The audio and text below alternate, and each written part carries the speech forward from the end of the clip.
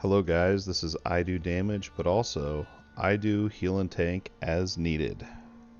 If you guys didn't know, I'm going to go ahead and tell you 2019 is the year of ARPGs that we've all been waiting for. It's finally here. If you want to be informed, you found the right spot.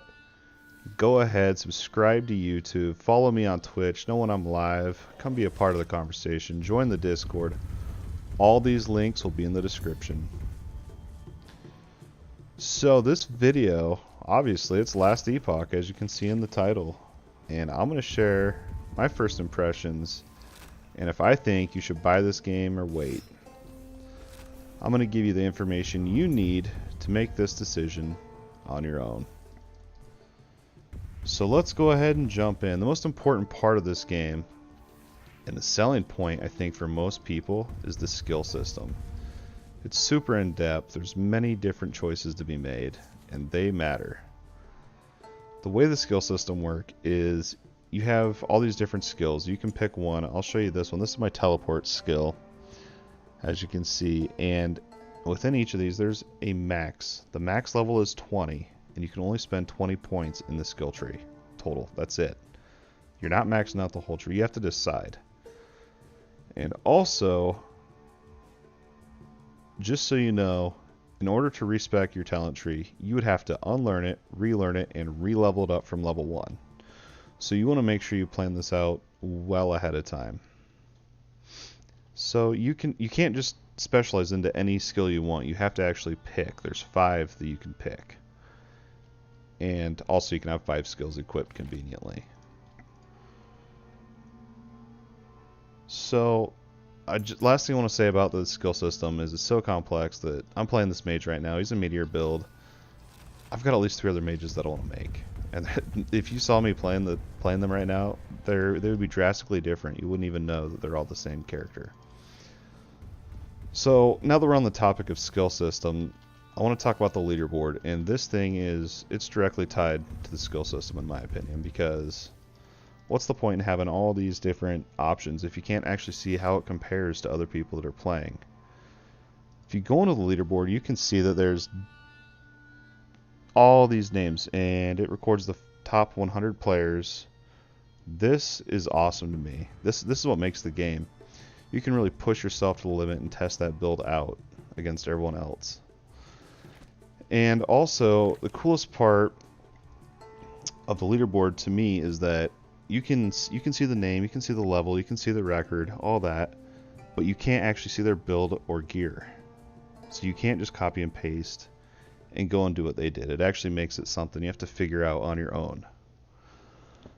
So with leaderboards, you're probably wondering, I do damage, how do I get on the leaderboard? I want my name up there, I want to be one of the cool kids. Well, I'm going to tell you.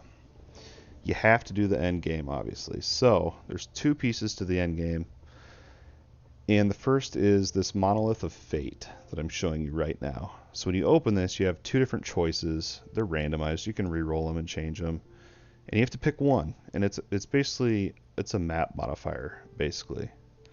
They call them timelines, but it's a map. So you would pick one. So I'll just go with item rarity. I'm not going to do the whole thing. I'm just going to talk you through it. But basically, you're going to run through this thing. You're going to clear all the mobs. You're going to kill the boss at the end. Pour it out, and you're going to go into a treasure room, and when you loot this treasure, you have an option, or not an option, you have a chance, a 20% chance to get a key, and that key will allow you to enter the endless arena mode, and the key is actually consumed on you, so you can't just spam endless arena and push leaderboards forever. You have to actually have a key to get in. So within the Monolith of Fate, it's also pretty cool because let's say I clear this and I go again. It'll be my second timeline, so I could keep the modifier I have and make the enemy stronger with my next modifier, make the loot stronger. It just develops the deeper and deeper you go. So as far as place on the leaderboard, I almost forgot to mention, it's based on the highest wave that you get to. That's what decides where you are on the leaderboard, okay?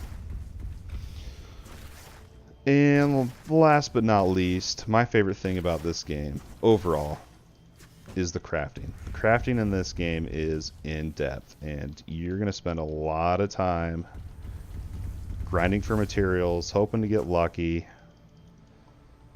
on your crafts. The way it works is as you kill mobs, they're going to drop these shards on the ground. And you can loot them, you can right click them in your inventory, and they will go straight into this crafting tab that looks like this. So the way this works is each item, you can have a maximum of 4 affixes. That's 2 prefixes and 2 suffixes. So you could take a white item and craft it all the way up to a yellow if you wanted to. But what makes this interesting is it's called instability in this game. I'm not going to go into great detail. That would require a whole other video. That's for a different time.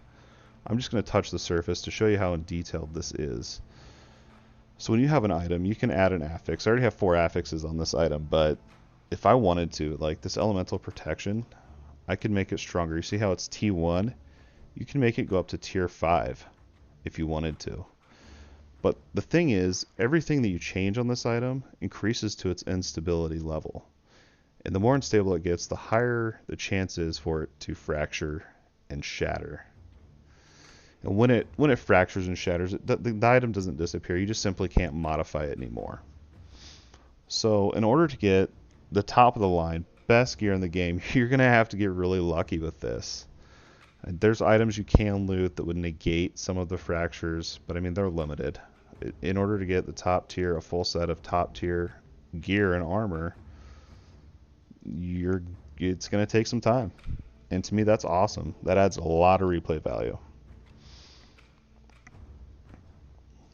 So, overall, guys, I think this game has a ton of potential.